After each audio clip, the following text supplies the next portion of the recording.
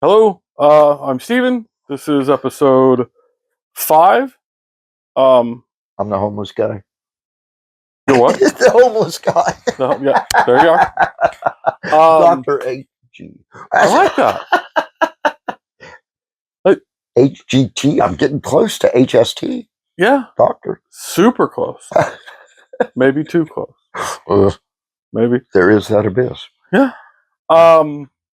So last time we left off, we didn't have a topic that we created. We were just going to see how it goes. And as it happens, when you do certain things and live a certain way, you have a tendency to stumble into right where you're supposed to be. Example of that today, I really wanted to watch Star Wars. I don't know why. I woke up and I was like, I really want to watch I haven't seen Star Wars in a long time. It's May the 4th. Yes. This May the 4th be with you. What?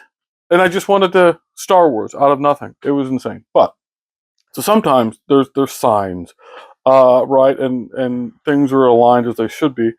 And that kind of happened with both of us.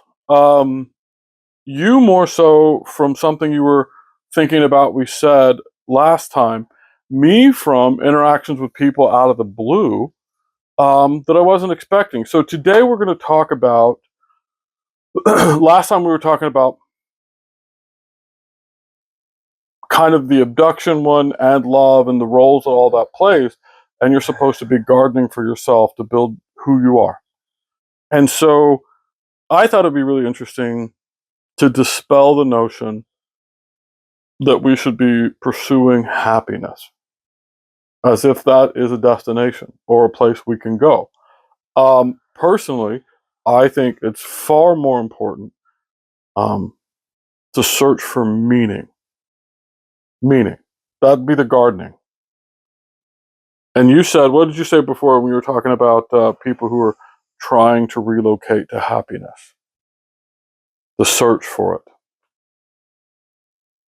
And you said that you're unlikely to find it because it's more of a mirage. It's more of a mirage. And now what I'm thinking about, which I don't want to because it makes me sad, but it's very specific to this conversation.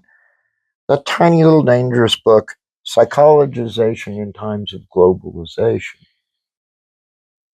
And one of the critiques of psychology they were making, how it had been appropriated, I think it was just money, was how aid to various countries was dependent upon a psychological measure which was purported to measure gross national happiness.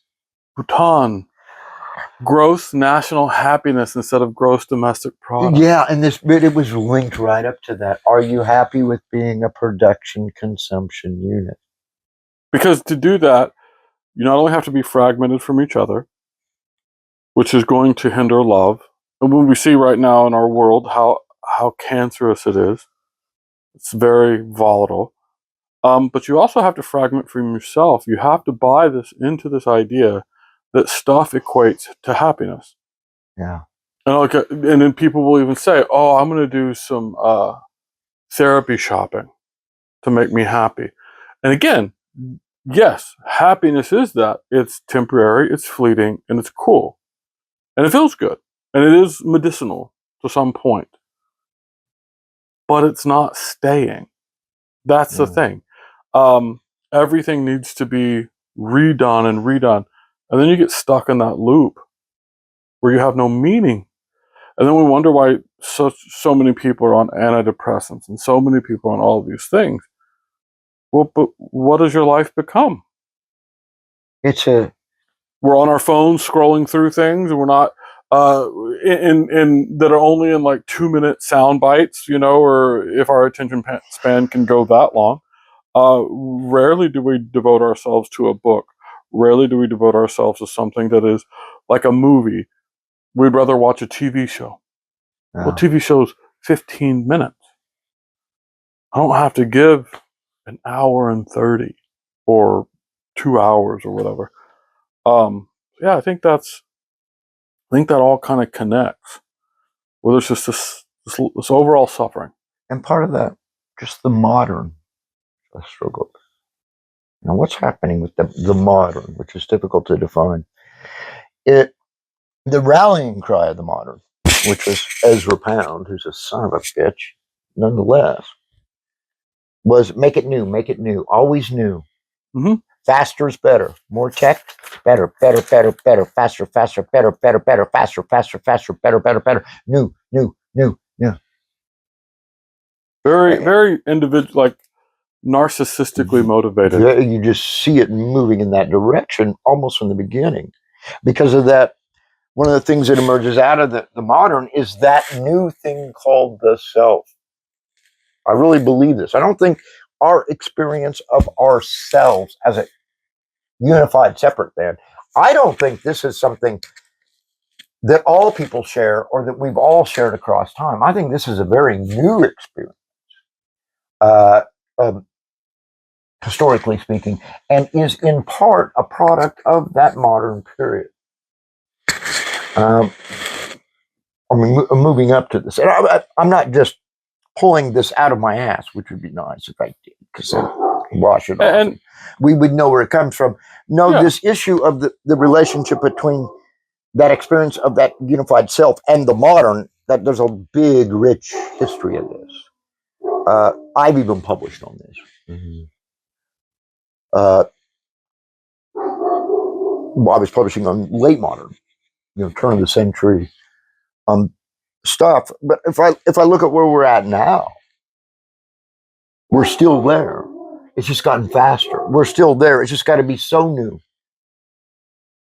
We're experiencing what Alvin Toffler would call future shock, which could only be experienced in a hypermodern environment. Which future shock, as he defines it, is the shock of things changing so fast that we cannot keep up with them. Yeah. And he was writing in the 60s and 70s and projecting out, basically saying we've created a new disorder, this future shock. Well, and then we get into when you think of that in the 60s or 70s, we really don't even have personal computers at that point. We really don't have this. There's no way he would have known. Knowing this, but now this new update, this new pinging in my phone. I mentioned this to some. I've got likes and shares, and they go, I've read about that. They now call it present shock. And I'm like, wow. So the change now is instantaneous. So all of us are behind, and there's no way to ever keep up. Phil, I mean, that would feel overwhelming, right? Yeah. And it's so funny that this is something I always tell my students. Whenever they hear older people, boomery folk, say, oh, you don't know how easy you've got it. Back in my day, that back in my day crew. Well, here's something that's true about your day. Your day, you never had to compete with 24-hour terror cycle news. Yeah. That sent you constant pings of what was happening in the midst of some of the most financial uncertainty we've ever experienced, and following a pandemic. Yeah. So back in your day, you didn't do any of those things. None of those things. And so take the walking up the snowy both ways, uphill, whatever bullshit, and shove it up your ass. Like, it's really and honestly bullshit. The stress that the new generation folks, these millennials and younger, are suffering is something we've never seen in history. Exactly. I mean, think about how many people in World War II wanted to go in with Hitler because they didn't know what was happening to Jewish people. Half the country wanted to support Hitler. Yeah. But we didn't know, right? Now, oh no, we know. We know how bad it is everywhere. We have all the people being slaughtered in Palestine by Zionist oligarchy, and that's just like, oh well, we'll make a narrative about that. Well, you can't catch up. No, we already saw the truth. There's no narrative to make it right. You're killing children. Yeah. babies. Yeah. No, it's wrong. And it's just like the other day I saw a woman, an Arab woman, walking in New York with a crowd of what I would assume to be Zionistic type of Jewish folks who were following her and kicking at her because they thought she was protesting a Jewish leader that had gone into New York. They're all male, and they all have that smug, we know better than you narrative. The problem is that narrative is very played out. We have evidence. Yeah. We know it's bullshit. Hitler would have had the same type of view. And it's weird that you can compare such nationalistic or ugly movements, such as Hitler, to the people Hitler tried to wipe off the face of the planet. But yet, they gave us that video, right? Like, you chose to do this to a singular woman who had a police escort. None of those people were arrested. None of them.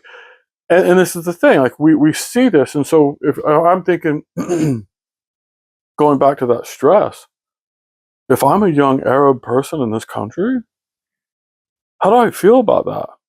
Like, that gets you back to what we were talking about earlier with Fredrickson. How do you feel about this? And because it's destructive. Yes. So I never had that growing up. You know, growing up, I had to worry about, like, was the cartoon that Saturday going to be a rerun or not? Like, that was, you know, oh no, He-Man's a rerun, and that stinks. That was childhood. It wasn't, oh, mom's getting kicked by 100 people because of who we are. You know, that wasn't. And I know that, like, me saying I was looking at cartoons is a very white privileged narrative. It is. It 100% is. But now that narrative doesn't exist, and I almost think that's why people are pushing back so hard. It's desperate. It's so desperate feeling right now. I've seen this again, and you see this in times of trouble from reading history, right? This projection of a time before where everything was really good. And if we could just get back to that. And the fact is, there never was a time. Who wrote a book on that? Somebody wrote a book on that topic exactly. Was it Bloom? I can't remember. I was looking at the other day. Anyway, sorry.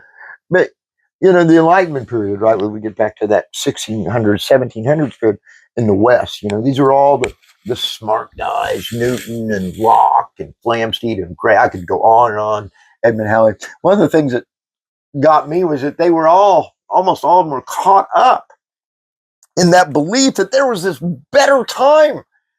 And if they could just purify the history or the books, they could get back to this purified time. So they were all like trying to decode the Bible, but it was all predicated on this idea that we began as some kind of pure thing, and everybody benefited. And it's easy to do when your history books only share one story. Exactly. When Native Americans aren't included, very easy to say Americans are so great. My grandmother used to constantly would say, well, back in my day, blah, blah, but whatever, like, it was better. And I was like, oh, you mean when you could murder black people and not go to jail? Back in when y'all had town meetings around the lynching, that was a better time. I don't see it. Better but for whom is always the question to ask. Well, for whom? But, like, even if she would have said, well, for me and my children, you force your children to see someone hanging from a tree who you brutalized. That doesn't seem better. And you're talking about how you think Call of Duty's bad? Where the hell do you think it came from? We just go back a few short decades, and the entertainment is watching an innocent black man being lynched in the town square. Yes. They made postcards about it. Just Ida B. Wells, who isn't taught usually. But boy, I'm glad I learned about her. She did the anti-lynching campaign. Went all over the world. She had her own newspaper. They burned her out. So what'd she do? Started making pamphlets. And you know, she very constrained writing. She was a journalist. She just used empiricism. unnamed black men killed on this day, unnamed black men killed on this day, and just these listings of, and she's turned down by the feminists of the time. Mhm. She visits with them in England, and they're like, oh, we don't want to dilute a poor little black woman, but we don't want to dilute it. Well, she just goes back to what she's doing. And all that she's really doing to convince us, it's just showing us. Mhm. Look at fucking this. And then you come up and say this is a good thing.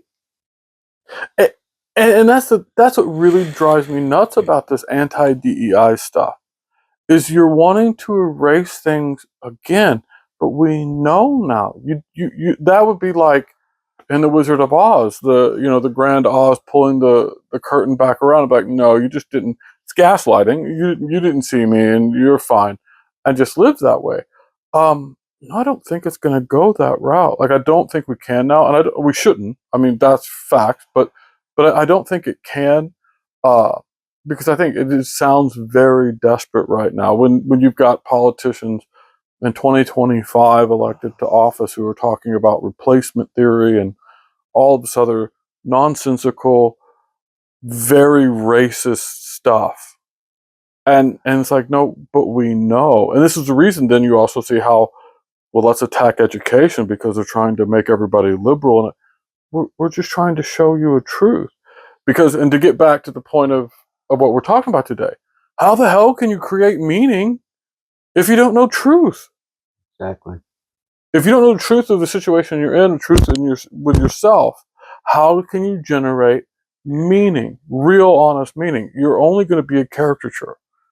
When someone's like, well, I'm a good person, but they may hate minorities. You can't be both of those things. No. You either are a good person, so you seek out to make everything equitable for people, and there's effort. I was talking to some students about this. This is one of the ones that the students really love.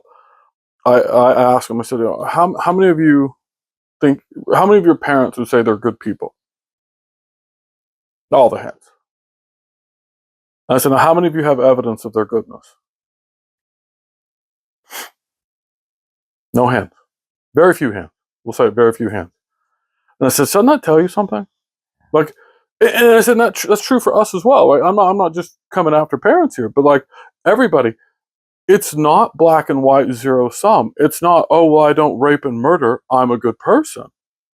No. 15% of the population are probably rapist, murdery type folks. 15% of the population are good people. Everybody else is just in the middle. In that matter. They're just waiting to die. You're a nothing. And I don't mean nothing as in that they don't mean anything, but they haven't decided. They're sitting the fence. They're riding the fence. Well, if I just wait right here, then I won't ruffle feathers. Point is, you're supposed to ruffle feathers. If you want to be a good person, I always tell my students, find me a biography written about someone who played by the rules perfectly, died, never challenged anything, peacefully. Give me one biography about somebody like that, and I'll give you an A for the class. You don't have to do anything else. The book doesn't exist because it would be the shittiest, most boring thing ever. Nobody would read that. Like, I had a student who was like, well, Jesus, and I was like, he literally upturned the tables and chased people out with a stick because they were making money off of religion. Are you nuts? Yeah. That's not playing by the rule. He was crucified because he didn't play by the rules. Who was he talking to at the end of that crucifixion? The murderers and the bad people who were being crucified with him. So no, absolutely not. But that narrative. So how can that person have real meaning if they don't even know the truth? Yeah. It's a facade. And I think that's what capitalism wants. Yes. Because it's like I'm remembering George Carlin, right? It's called The American Dream because you have to be asleep to believe in it. God, if Carlin, I love that I got to see him live once. The impossibility of the metaphor we're given. Pull yourself up by your own bootstraps. You're go do it, and then you get a good sense about your chances in this capitalistic society. Yeah. Your attempt to pull yourself up is just going to shove you farther into the ground. Well, not only that, because it's utter bullshit. Did you build a road by yourself that you're walking on? No. Did you build the internet that you're using for your business? No. Did you? No. You stupid person. Stop it. Stop it. Nobody does this. It's something a very fragile person says to feel good about themselves. Why not just build meaning? Yeah. Yes, it takes vulnerability. Yes, it's scary to be judged sincerely. But damn it, why live without it? Just to be a facade so that nobody knows? So that you never get judged? I don't get this at all. And I think, I don't know, have you ever heard of Emily Hasfani Smith? So I think she was a lawyer turned crusader. Maybe that's the best word. She has a TED Talk and she has a book called The Power of Meaning. And as I started thinking about this concept, I started thinking. I actually went to one of her lectures and saw her present, and it was beautiful. And met her and had a few little chats with her. But she talks about life being like the pursuit of happiness is wrong because there's always be the pursuit of meaning. She goes, one of the things that happiness doesn't really do is the fourth pillar. So she talks about there's 4 pillars of the way life should be. And the 4th pillar is story building or storytelling. Well, you can't do that if you're passive, if you're reactionary to life, going and hoping to find the mirage that fulfills you. No, that's a very easy life. You didn't earn anything, which is why you're chasing fantasy. Meaning is grueling. It's painful when how many times did Ray Bradbury say Fahrenheit got rejected? Like 150 or more, right? Yeah. Something. It was awful. Man, at least he stood there, and now wonderfully we have this book by him for it. But stand and be measured. And how often do we find it's not that single individual? I think I'm getting on that Foucaultian critique of existentialism. Is it that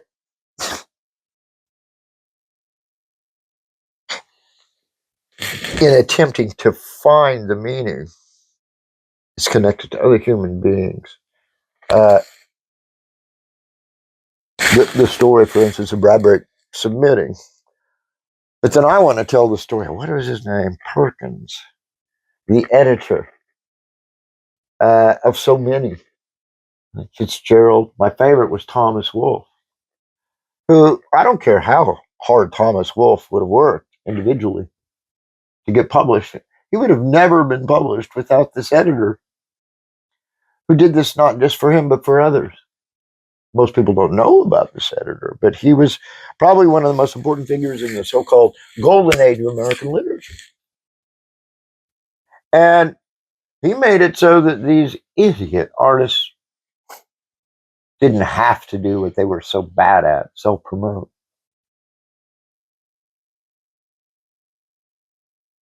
And, I don't want to be too romantic about eventually you'll get a book published. Well, an example, maybe the opposite, but I'm not too hurt about it. But what I think about, I can't remember his name, Confederacy of Dunces. Toole, who never gets published until after he dies. And how does he get published? Mom. Fucking mom. Just won't leave these editors alone. well, that's That the purpose. I'm going to get my baby published. Watch. Damn it. I'm going to, and sometimes you can have a purpose, but then you can offshoot with other purposes. Little Richard, the musician, is a great example of that. Not only was he Little Richard, Hall of Famer all on his own as a musician, he also brought up Rolling Stones, the Beatles, and Jimi Hendrix. All of these folks started with him. And so he was pushing forth all of these people to get their starts. Yeah. And that's another meaning build. That is another meaning build. Because it's not just your meaning, it's the meaning of others. It's the collectivity. Right? You have your meaning. You've lived your meaning. That meaning was interesting to me. I seek you out.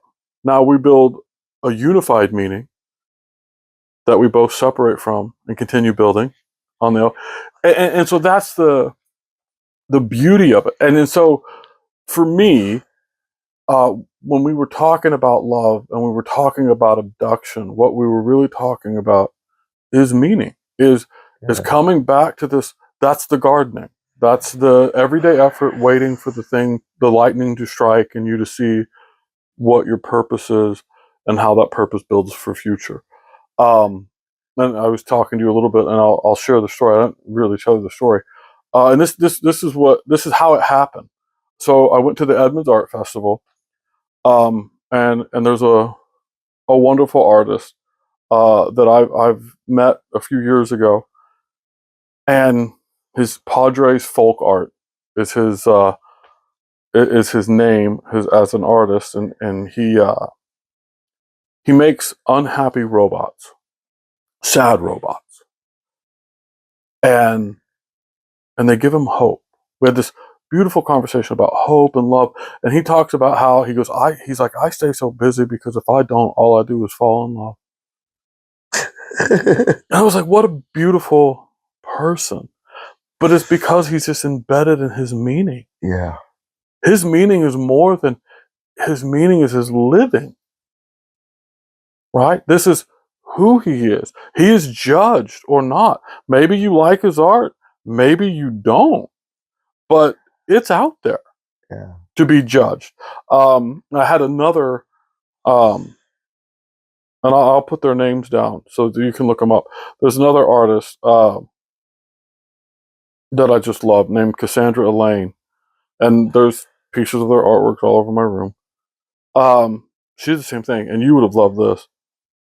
She has a new painting, and the painting is all about trauma. And again, this is connected to meaning. Not only is an artist always embedded in meaning, typically, but she had this idea of what it would be like to pull up the roots that caused your trauma, not just cope with it and get by through the day, but like, what would it be? And so it's a painting of her pulling out these barbed, like, vines and thorns, or thorn vines that are the root of what hurts her every day. And she said, well, the funny thing is at the end of it, when you pull it up, kind of looks like a vagina. Maybe feminism is the answer. After all, right? Like that's an artistic way to look at it. But you are just, everything is meaning. And here's the truth about meaning. And you and I both were talking about this before. It's not easy. Yeah. It hurts. And sometimes it's self-destructive. But that's also the truth about love. Love is a destruction of this thing for this thing, right? To some degree, not completely, but to some degree. And so meaning is the root of it all. And if you don't have meaning, how can you build an identity? And if you don't have an identity, it's probably unlikely you love yourself at all. So how can you play it all? How can you be a part of the thing? I don't know. That's where my brain has been bouncing. Pretty close, even though I'm weirdly thinking of meaning and statistics, which just makes me slightly ill. Statistic, you didn't know you were going to get that today. But he's been there. He was there before, so I knew it was coming. See, I always end up talking about things which help them know statistics. All we're doing with any of this is we're taking the unseen and we're creating a football shape out of data points in a three-dimensional Cartesian plane.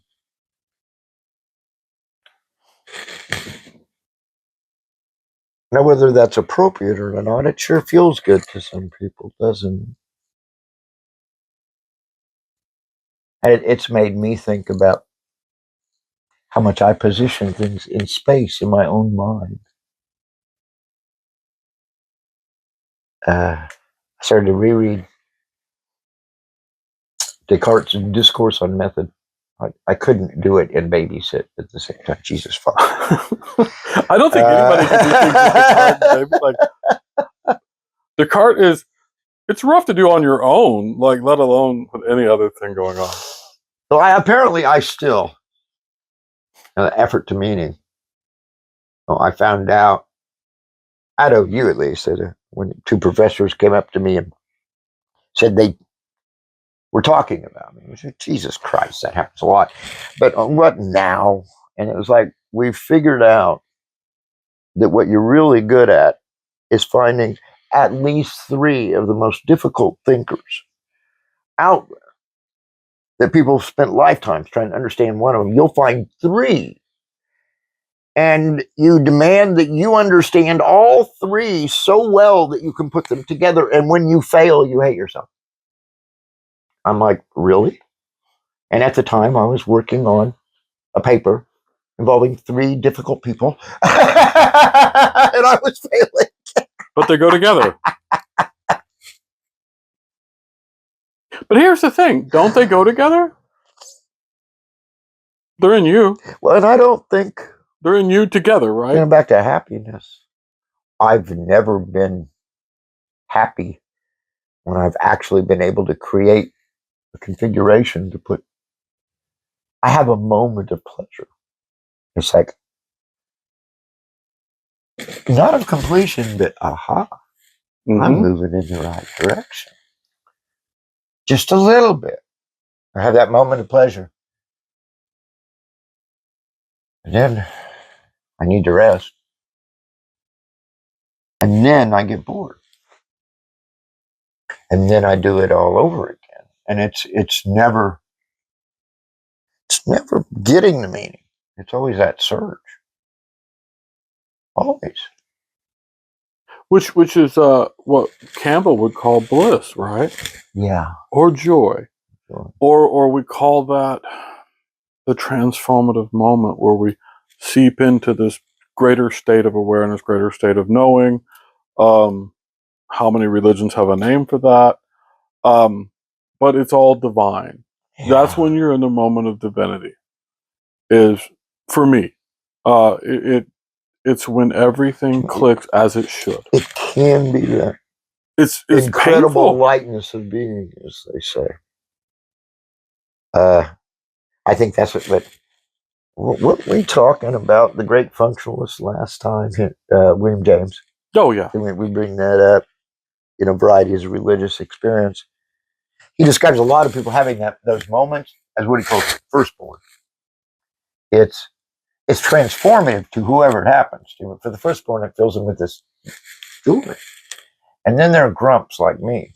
He calls them twiceborn. They have those experiences.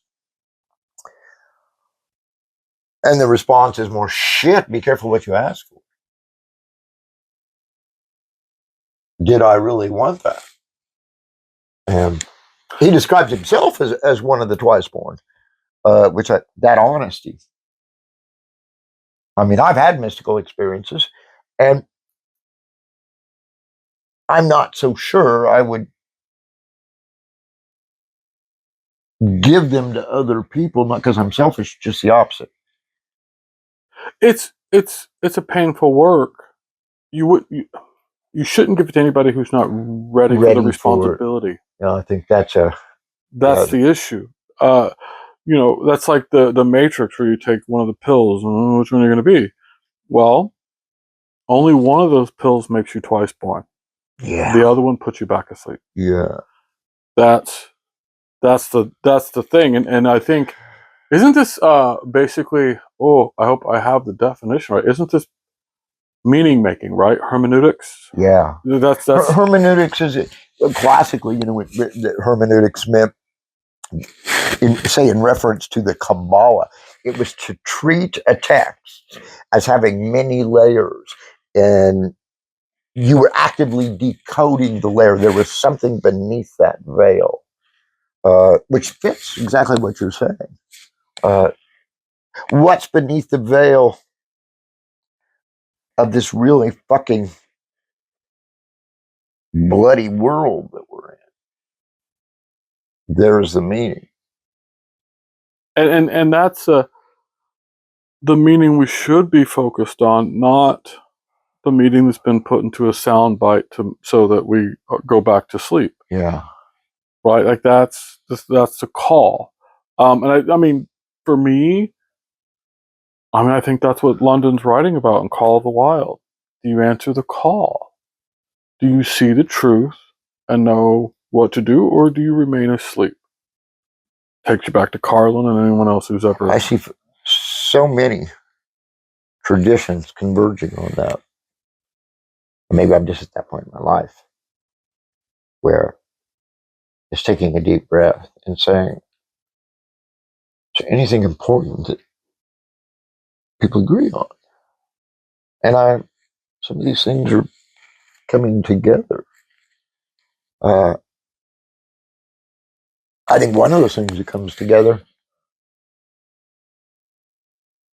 is a rather brave admission of fallibility, uncertainty, incompleteness.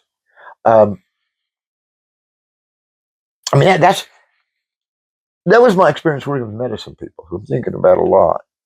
It wasn't like that bullshit on TV and movie. Oh, I know everything. Right. That was not the stance. Their stance was, I do not know everything. I am still learning, but I know a few things. And I will know even more, and so will you, if we will just sit down respectfully and share stories. But it was not like going to, I am Yoda, everything good I know. No. It was, this is my understanding at this time, informed by these things. It has not always been this way, nor do I believe it will always remain this way. What do you think? Which, I mean, truthfully, that's the basis of the scientific method. Given these parameters, these constructs, this is a truth. Not the only truth. This is a truth. Yes. Until those change. And then the truth changes. What do you think? Replicate this and let's see. And we keep doing it. And I think that's another group that we target, right? We just saw Trump as, I mean, Native peoples are supposed to be sovereign entities, but they're going to be hit too. Trump just slashed the NIH budget by $20 billion.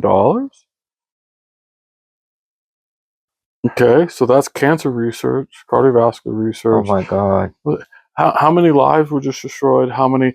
And this is the type of thing that, okay, but why? What's the goal? And why was this, to me, part of this, it's coming from my mother, going back to COVID. My mother, lifetime dedicated, as a very spiritual thing, nurse to the eradication of diseases. And, her family got hit by polio. At one point, 5 of these children were paralyzed in bed, how her mother dealt with it. And all recovered save one. The people were dying after that. So for this is deeply personal. And